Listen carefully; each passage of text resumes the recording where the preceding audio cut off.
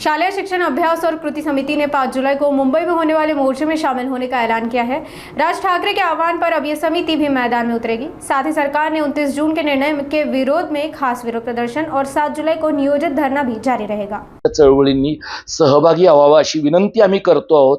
याचं कारण हे सरकार पाशवी बहुमताचं सरकार एक मोर्चा, एक आंदोलन, एक धरणं आंदोलन किंवा एक सभा याने बधेल इतकं कमकुवत आहे असं मला वाटत नाही। किंबहुना या मंडळींना महाराष्ट्रात इतकं राक्षसी बहुमत असताना कुणी आपल्याला विरोध करण्याची हिम्मतच कसं करू शकतं असं यांना वाटण्याचा हा काळ आहे।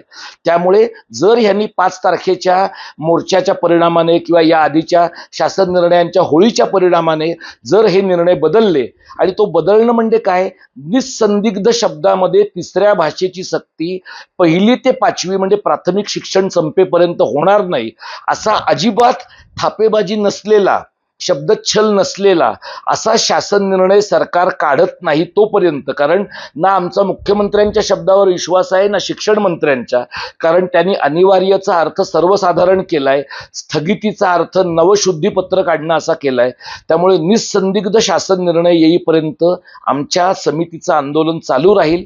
आणि समजा 29 ची सभा आणि 5 जुलैचं आंदोलनचा मोर्चा याच्यामुळे सरकारने काही सकारात्मक आणि शहाणपणाचा निर्णय घेतलाच, तर 7 जुलैच्या धरणं आंदोलनाचं रूपांतर आपल्या सगळ्यांच्या मदतीने विजयी मेळाव्यात करता येईल आणि कदाचित आपल्या सगळ्यांच्या दृष्टीनं तो अधिक आनंदाचा दिवस असू शकेल। हे बघा, आमच्यात 7 तारखेला आम्ही धरणं आंदोलन करतोय।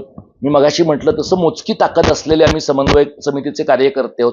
आमच्यातल्या ज्या लोकांना त्यावेळेला इतर सगळ्या कामातनं शक्य होईल लोक निश्चितपणाने सहभागी होतील वैयक्तिक स्वरूपामध्ये, आणि हे सहभागी होणं जे आहे त्याच्यामध्ये आमची भूमिकाही त्या सगळ्या व्यासपीठावरनं जे लोक शक्य आहेत ते मांडतील। मला असं आज कालच्या आमच्या बैठकीमध्ये पानसे सर असं म्हणाले की त्यांना महाराष्ट्र नवनिर्माण सेनेकडनं असं विचारलं गेलंय की जो काही मोर्चा जिथे उभा संपेल त्यावेळेला तिथे त्यांनी बालशिक्षणाच्या अंगाने, मुलांच्या मानसिकतेच्या अंगाने त्यांची भूमिका मांडावी। मला असं वाटतं की ही फार स्वागतार्ह गोष्ट आहे।